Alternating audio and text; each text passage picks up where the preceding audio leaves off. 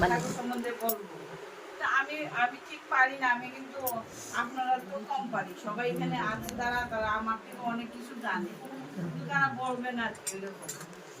ঠিক আছে, বলছি ঠাকুরের ওই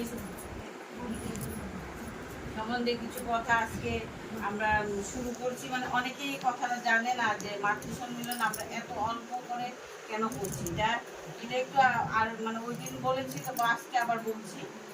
আমাদের আচার্য দেবের একটা নির্দেশ এসছে, এই শ্রাবণ মাসে যে আমরা পরিক্রমাটা আমরা খুব আনন্দে মনন পূরণ করুন। মার জন্মদিনটা আমরা এই মাসটা খুব আনন্দভাবে কাটাবো সব মায়েরা।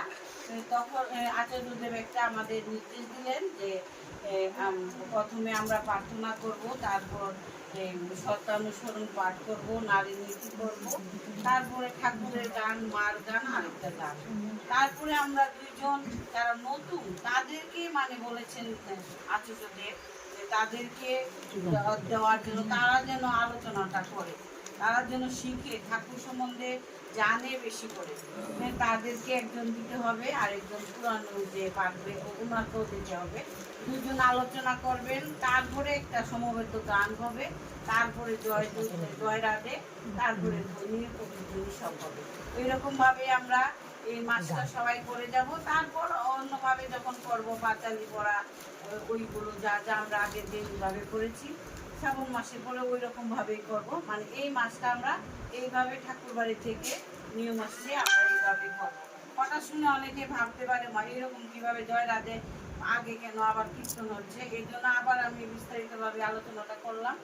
আচ্ছা, এখন বলছি যে ঠাকুর আর মার যে ভালোবাসাটা ছিল, তার যে ঠাকুরকে যে মা খুব ভালোবাসতো দেখেই তো এত যত্ন করতো ঠাকুরকে। ঠাকুর যখন কলকাতায় তাদের ঠাকুরের মার যে বিয়ে হলো, মাত্র 12 বছর মার তখন।